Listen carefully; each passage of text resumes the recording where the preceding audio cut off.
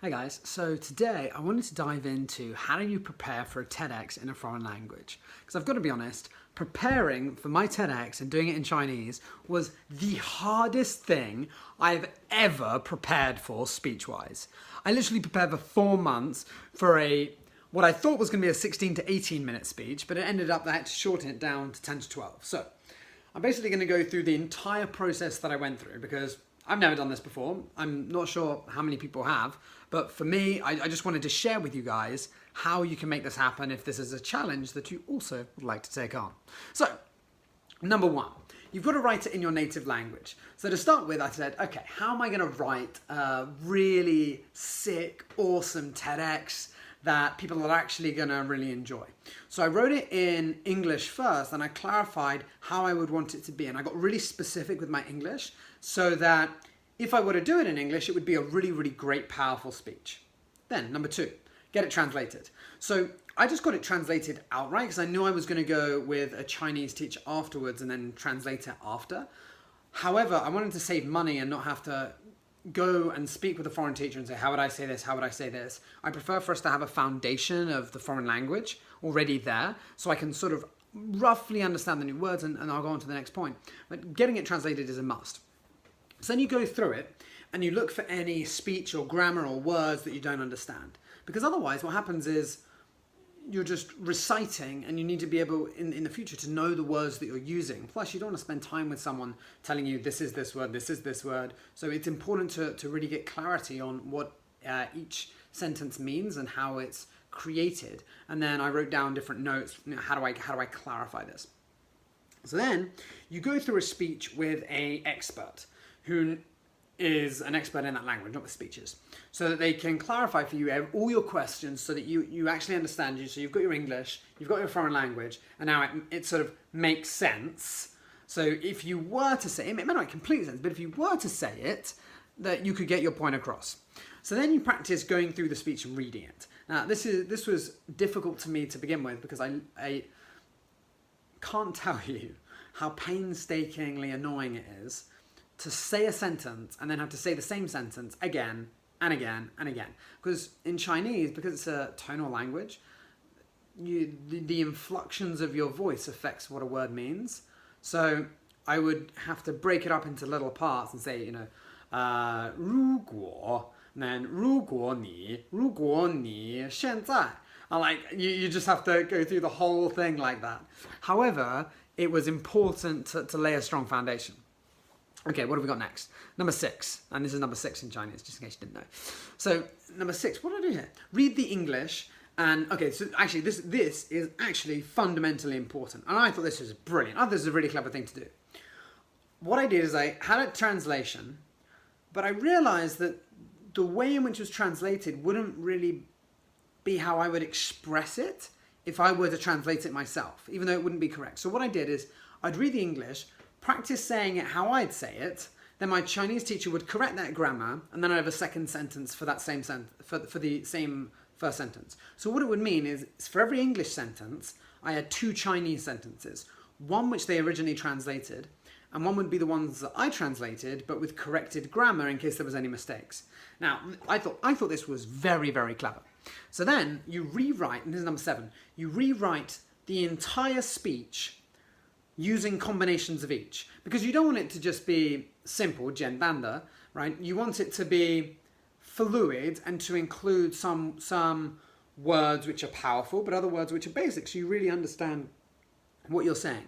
For me, using that combination is what really helped me master the speech, because it allowed me to understand how I was expressing some things, and there were some things where I couldn't really express it very clearly, attempting to use it myself, so I just used their version.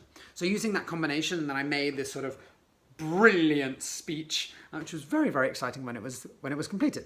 So then, you want to learn the speech off by heart, section by section. Now the reason that I say off by heart is that my Chinese is intermediate level.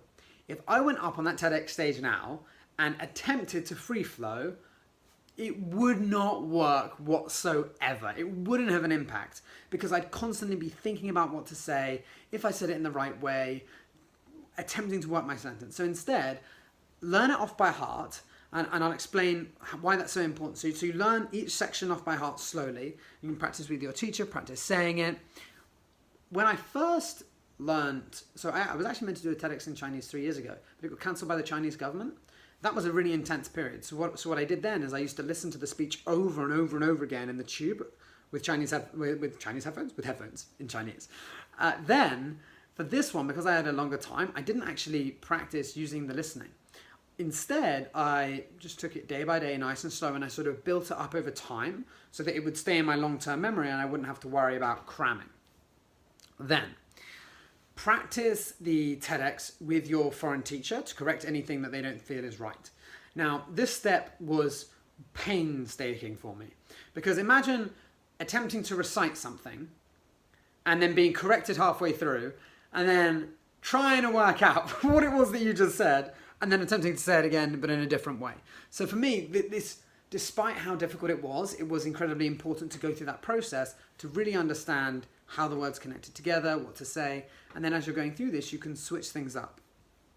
Then you need to, okay, so number 10 is understanding when to pause and when to breathe. This was really important. When I was learning the speeches, if you don't understand the sentence structures, then you may breathe in the wrong place. So if I were to say an English sentence, it would be the equivalent of me saying something like, so when I was younger, I decided to go to the gym. I'm not breathing in the right places, so even though the sentence makes grammatical sense, to a listener it sounds weird. So that's what we were correcting. So we put commas in, and I basically understood where to pause in every sentence. And once again, that took a lot of time, but it was worth it because ultimately the end result was really cool. So next, number 11. So we've only got 5 more points. You may be thinking, when watching this video, holy moly, there's so many different points. Yeah, it took a really long time. It took like 4 months. It was not an easy thing to do. So 11 was practicing the TEDx with the organizer. Now I've got to be honest, this was great, but also challenging at the same time.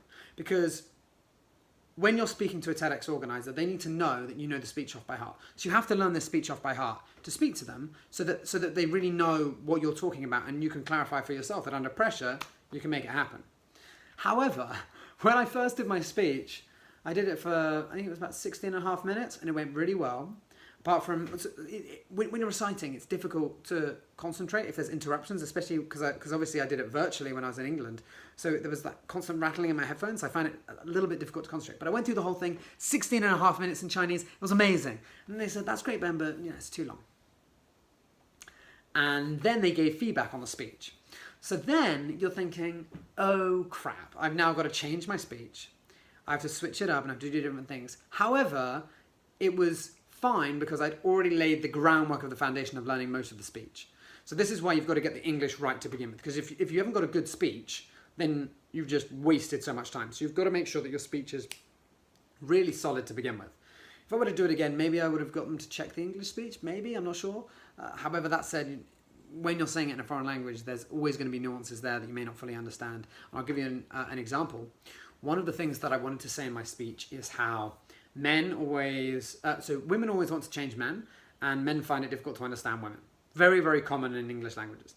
Now, instead of using that example, I had to use something for the culture, so I had to obviously change the words that I was saying, because if I would say an English speech, I'd have used those examples. For the Chinese speech, I had to say that women always wanted their men to be more perfect, taller, good-looking, dang, like, etc. And then for the men's side of things, I just said that men always tell their women to drink more water. You're not feeling well, drink more hot water. Oh, if you're stressed, drink more hot water. And for us, that clearly, like for me personally, I don't get that whatsoever. I don't find that funny. However, in the Chinese culture, that's hilarious. And when you watch the TEDx, people are laughing. And it's moments like that you can see that you've really tailored your speech well to the audience so that it can have an impact, which is really, really cool. I think that's really, really powerful. Okay, so after you've then spoken to the TEDx organizers and you've changed your speech accordingly, then it's time to make it a proper TEDx and make it happen. So you need to install body language. What I mean by this is that you need to clarify the body language that you want to use with each sentence that has a purpose for you to use that body language. So for example, if you were to say to have their vision or 5 different things, or how do we do that? And you start to link body language to the words that you're saying. What's important is that, and this is what I found, is I would think and understand what I wanted to say, but my body language would be faster. So I'd say, I'm 5 things, which clearly wasn't the right way to do it. However, it was still pretty fascinating to do. So then after you've done the body language, you then want to go into your tonalities as well. This is what tones can you use and change in your speech to allow you to portray your message more. So in the beginning of my speech, I speak slower, my tone is down, I then speed it up or I make it funny, and I know when to switch that to have a bigger impact, which I think is incredibly important. Last 2 points. Number 14 is to anchor the stage. So if and when you see the TEDx, you'll see that I go to different parts of the stage at different points. This is because, number 1, it helps me know what part of my speech I'm saying. Number 2, I know what body language to use. Number 3, it gives me very clear direction about how to move. Because I did this speech without any slides or anything to help redirect my mind. It was just there. So instead, I have to anchor the stage. And I do this for a lot of speeches that I do, even longer speeches, like 2 hours, 2 days. I'll often anchor the stage in different ways to allow me to remember what to do and how best to say it. So I think that's really, really important. Last thing, you have got to practice your ass off. Holy moly. When I was practicing, I'll share this with you. So I would pretend it's the TEDx, and I would stand, I'm standing next to a cupboard, I'd have my camera on, and then I would walk up to walk in, and I would imagine I'm walking onto the stage, I'd take a breath, and then I'd start the speech. And then what I do, and actually I'll say this because there's actually one more point after practicing, is you've got to review your videos and check your body language. So what I noticed is that my body language changed when I spoke Chinese versus English. It's quite interesting. But I believe it's due to me working so hard to recite things that I wasn't thinking and expressing myself very clearly with my body language. So I had to work on what would be the hands, like where would I place my hands if I didn't have anything to say? Would I place them here, down by my sides? How would I do it so I was relaxed? And watching videos of myself do it and doing it time and time again was very helpful. Now, by the time before the event, it was funny, someone asked me, so I bet the week before you were just practicing every single day. I was like, no, I didn't. Right, the week before, I did a 4-day event, the Tony Robbins event. So I did that for 4 days. And then I practiced it, I think 4 or 5 times before the real thing. That's it. And the reason I could get to that stage is because I laid the foundation beforehand. So if you choose to do this, or if you were just wanting to watch this because you found it interesting, however, for those of you who actually choose to do a TEDx in a foreign language, I would really encourage you to go through the steps that I went through here, because I found it really, really beneficial to give me a structure, because I didn't have a structure at the time and I was going free flow.